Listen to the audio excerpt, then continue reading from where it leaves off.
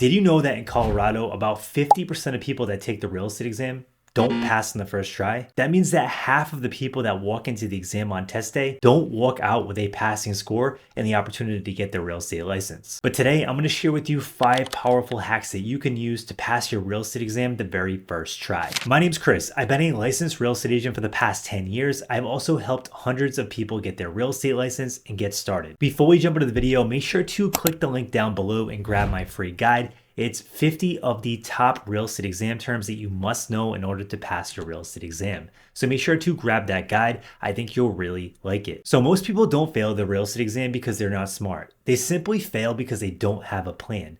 These 5 hacks that I'm going to share with you will fix that and help you walk into the testing center with confidence. So the first thing I want to talk to you about is time blocking your schedule. This is a big mistake that a lot of people make. So when you first start going through your pre-licensed education classes, you want to make sure that you get in this habit right away. So here's how it all works. What I would suggest doing is time blocking 1 to 2 hours per day, at least 5 to 6 days per week. Now, what you want to do is keep up on that cadence until you finish your pre-licensed education classes. Then after that, what you want to do the day that you finish your classes is schedule your real estate exam. And the key is 2 weeks out. And the reason I say 2 weeks is because I know so many people that go through this process and then they just stall and stall and stall. And then they never take the exam. And then they just keep studying and studying and studying. And this actually hurts you more in the long run because you end up forgetting all the stuff that you learned during your pre-licensed education classes. So what we want to do to make sure we tackle this is to give us a 2-week window before we actually go take the exam. Now, during this 2 weeks, what you want to do is time block 1 to 2 hours per day. Now, you don't want to go longer than that because what's going to happen is you're going to end up exhausting yourself and you're going to get study fatigue. And when this happens, you're going to find that you don't retain the information that you're actually studying. I remember back when I was going through this process, I tried to sit there in a room and just go through this process and study and study and study for 5 or 6 hours a day. And what I quickly realized is I wasn't retaining the information. So what I suggest you do is time block that 1 to 2 hours per day. Now, here's an important thing. The reason it's called time blocking is because you want to have that time block in your schedule at a certain time and date. Now, if something comes up, all you got to do is shift that time block around. For example, if you have a time block set at 3 p.m. on Friday to study and something comes up, then what you want to do is just move that time block to a different slot. So you might want to move it to 7 p.m. or you might want to move it to 9 a.m. Whatever's good for you. Just make sure you constantly check off those time blocks and stay on pace. This will ensure that you get your license on time and build that confidence that you need to go in on a test day and pass that exam. Now, hack number 2 is using the right tools. Back when I started, I remember just sitting and reading through this boring textbook.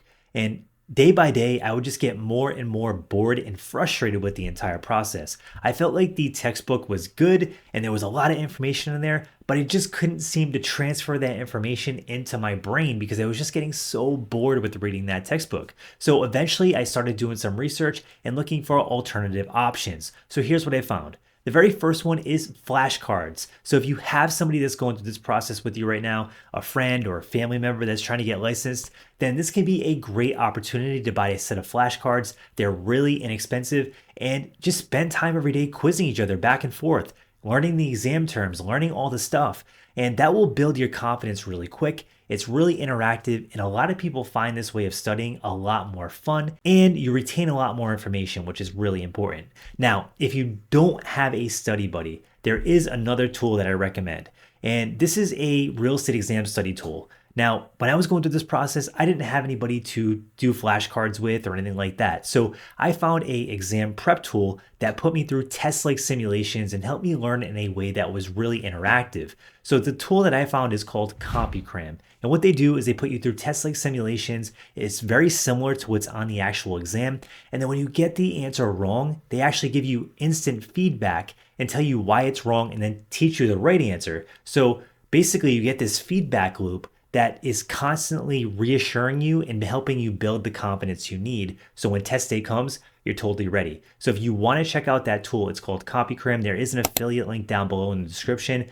where you can check that out as well. I think it will be super helpful. Hack number 3 is getting in the right headspace before the actual exam. So I want to give you a couple hacks that I use to get myself in the right mindset and really just de-stress before I actually took the exam. The first thing to do is to eat beforehand if you can. Before going to the testing center, it's important to get a good meal in. You want to make sure that you're firing on all cylinders and you give your body the fuel it needs to actually think through the exam and process all the information that you're gonna have to go through. The next tip is to avoid too much caffeine. I actually like caffeine, I like coffee, I like tea, I like all that stuff, but just be aware of how sensitive you are to it. If you thrive on caffeine, then you probably know that already, but if you don't, then it's something you might wanna look out for and limit before you take the exam, because this can make you nervous, it can make you anxious, and it can cause you to fly through and rush through the exam, which might not be a good thing. The next tip is to get to the testing center early. This is a really important one. If you're scrambling, trying to find all your stuff to bring, and you get there last minute, then you're gonna be stressed out and flustered to begin with.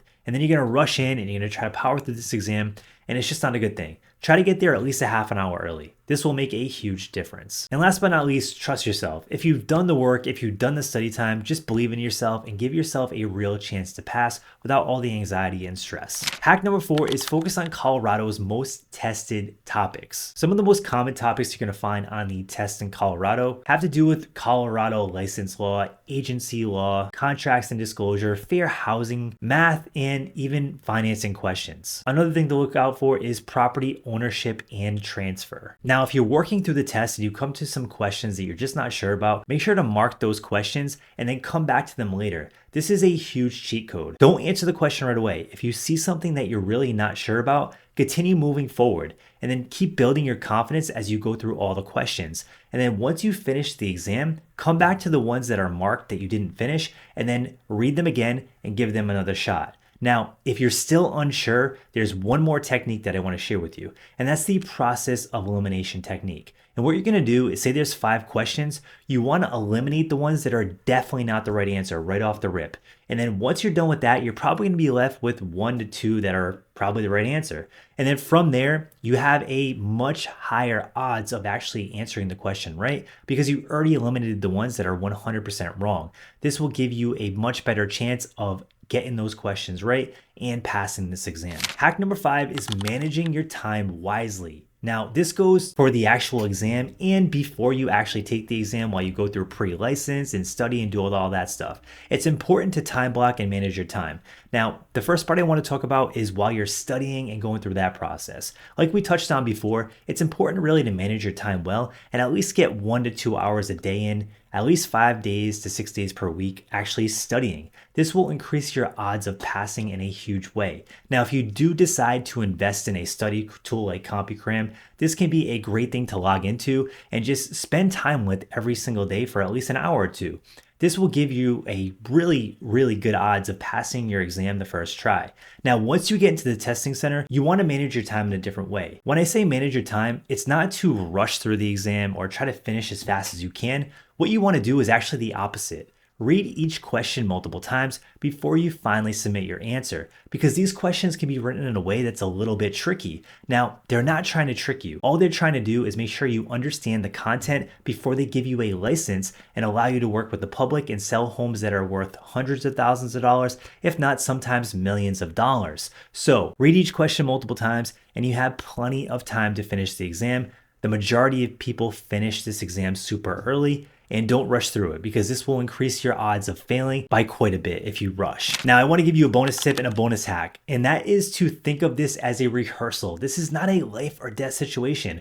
Worst case scenario, if you failed the exam, all you're going to do is come back and give it another try. Maybe study a little bit harder. It's not a big deal. Now, another tip you can do is if you're going to take this exam to take some of the pressure off of you, is not share it with people. Don't tell people you're going to take your real estate exam, because then you're going to worry like, oh, if I fail, then I'm going to look bad and I'm going to have to tell people I failed and all that stuff. Just keep it to yourself. Go there on test day, have a good time with it, be lighthearted, and if you fail, no big deal. Study harder and then come back and retake it. The only time you really ever fail in this is if you quit entirely. So drop a comment down in the comment section below. What is the hardest part of studying for the Colorado real estate exam for you? I definitely want to hear from you. And if you have questions, drop them in the comment section below and I'll get back to you ASAP. If you like this kind of content all about getting licensed and getting started, make sure to like the channel and subscribe because we have more content coming your way. And by the way, if you download the exam prep guide down below, I'm going to send you an invite to our real estate license